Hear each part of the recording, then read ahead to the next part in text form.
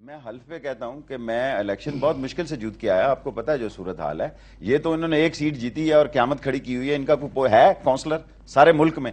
ہم الیکشن لڑے نواز شریف کے نام لے کے اور اس کے بعد لوٹا ہو کے دوسری طرف چلے جائیں, ایسی حرکت نہیں تھی. اگر یہ ثابت کرے کہ میں نے اس کے نام پہ ووٹ لیا ہے, یہ ریکارڈ رکھ لیں. اگر کوئی شخص ہلکے میں کہہ دے میں سیاست سے دستبردار ہوں. میرا خیال ہے اللہ کہ اللہ تمہارا اپنا ہے, کوئی اللہ سب کا ہے. چلیں ڈرامہ تو نہیں ہونا چاہیے. یہ اللہ لوگوں کو سچ بولنے کی توفیق میں دے. نے زندگی میں جھوٹ نہیں بولا.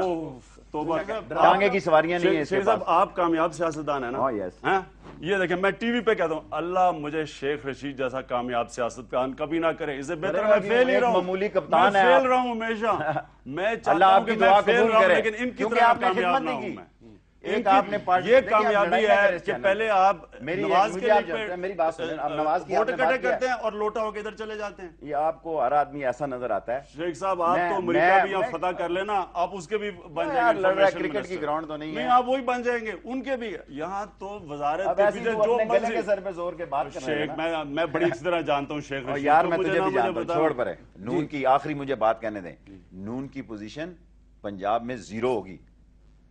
پیپلز پارٹی کا فیصلہ ہونے کے بعد بے نظیر بھٹو کا جو بھی فیصلہ ہوگا وہاں ایک نئی پیپلز پارٹی ہوگی. اور عمران خان کا عمران خان کی ایک سیٹ ہے, جدھر مرضی کہے گا ہم اس سے.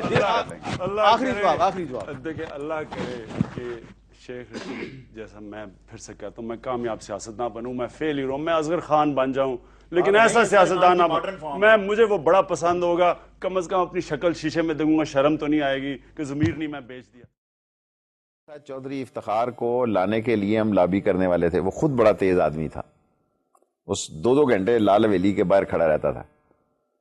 افتخار چودھری ہمارے جب وہ مجھ سے بڑے کاموں کی طرف پڑ گیا تو میں نے چودھریوں کے حوالے اس کو کر دیا. پھر چودھریوں نے اپنے سے بڑے سائز کے حوالے ان کو کر دیا.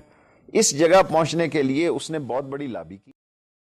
میں اپنی اللہ کی دی ہوئی سیاسی سوچ سے یہ کہتا ہوں کہ جس خوبصورتی سے صدر مشرف نے اس ڈاکٹر قدیر کے کیس میں ملک کو بچایا ہے, اپنے ایسٹس کو بچایا ہے, ہم نے کسی کو اجازت نہیں دی کہ آ کے ٹیسٹ کرے.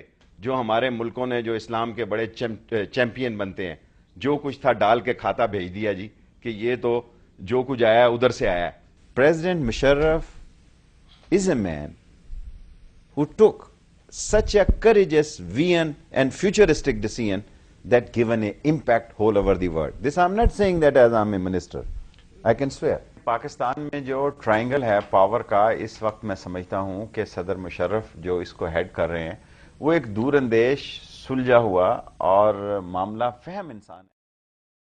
جب پرویز مشرف کا دور تھا اور وزیر اطلاعات تھے تو ایسے سخت بیانات مذہبی حلقوں کے خلاف دیے کرتے تھے اور ایسے حملے کیا کرتے تھے شیخ رشید صاحب کہ ان سے انتہائی دکھ ہوتا تھا.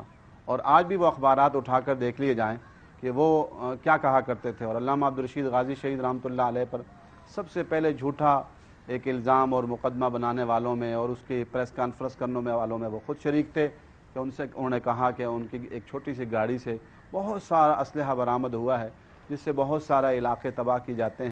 نہ تو انہوں نے ہمارے سے کوئی آ کر معافی مانگی ہے, نہ یہاں آئے ہیں. ہم بھی سن ہی رہے ہیں کہ انہوں نے کہیں کسی ذریعے سے معافی مانگی, لیکن ہم تک تو کوئی ایسی خبر نہیں پہنچی کہ انہوں نے ہم سے معافی مانگی ہے, لال مسجد والوں سے یا جو دیگر شہداء ہیں ان سے کسی سے کوئی معافی مانگی ہے. زبانی کسی کے ذریعے مانگی ہو تو اور بات ہے, لیکن ہمارے علم میں نہیں. ان سے پورا محلہ جو تھا وہ تنگ تھا. اور اس کے علاوہ انہیں جو لایا گیا تھا تو وہ ایس پی اور ڈی ایس پی کے علم میں یہ بات موجود تھی. غازی صاحب نے ان سے فون کر کے کہا کہ ایسے یہاں پر کیسز چل رہے ہیں اور لوگ آ کے بہت زیادہ وہ کر رہے ہیں, تو آپ ان پر ہاتھ ڈالیں اور آپ کچھ کریں.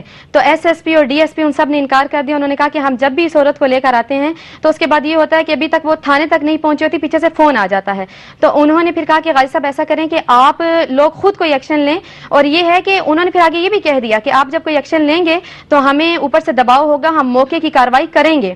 تو یعنی وہ ہمیں کرنی پڑے گی. لیکن یہ ہے کہ یہ عورت، اس کے ہاتھ بہت لمبے ہیں، اس کے ہاتھ تو شیخ رشید تک ہیں، اس کے ہاتھ تو پتہ نہیں کہاں کہاں، جتنے بھی بڑے بڑے یعنی وزراء ہیں، جتنے بھی بڑے بڑے یہ سارے اس میں ملوث ہیں.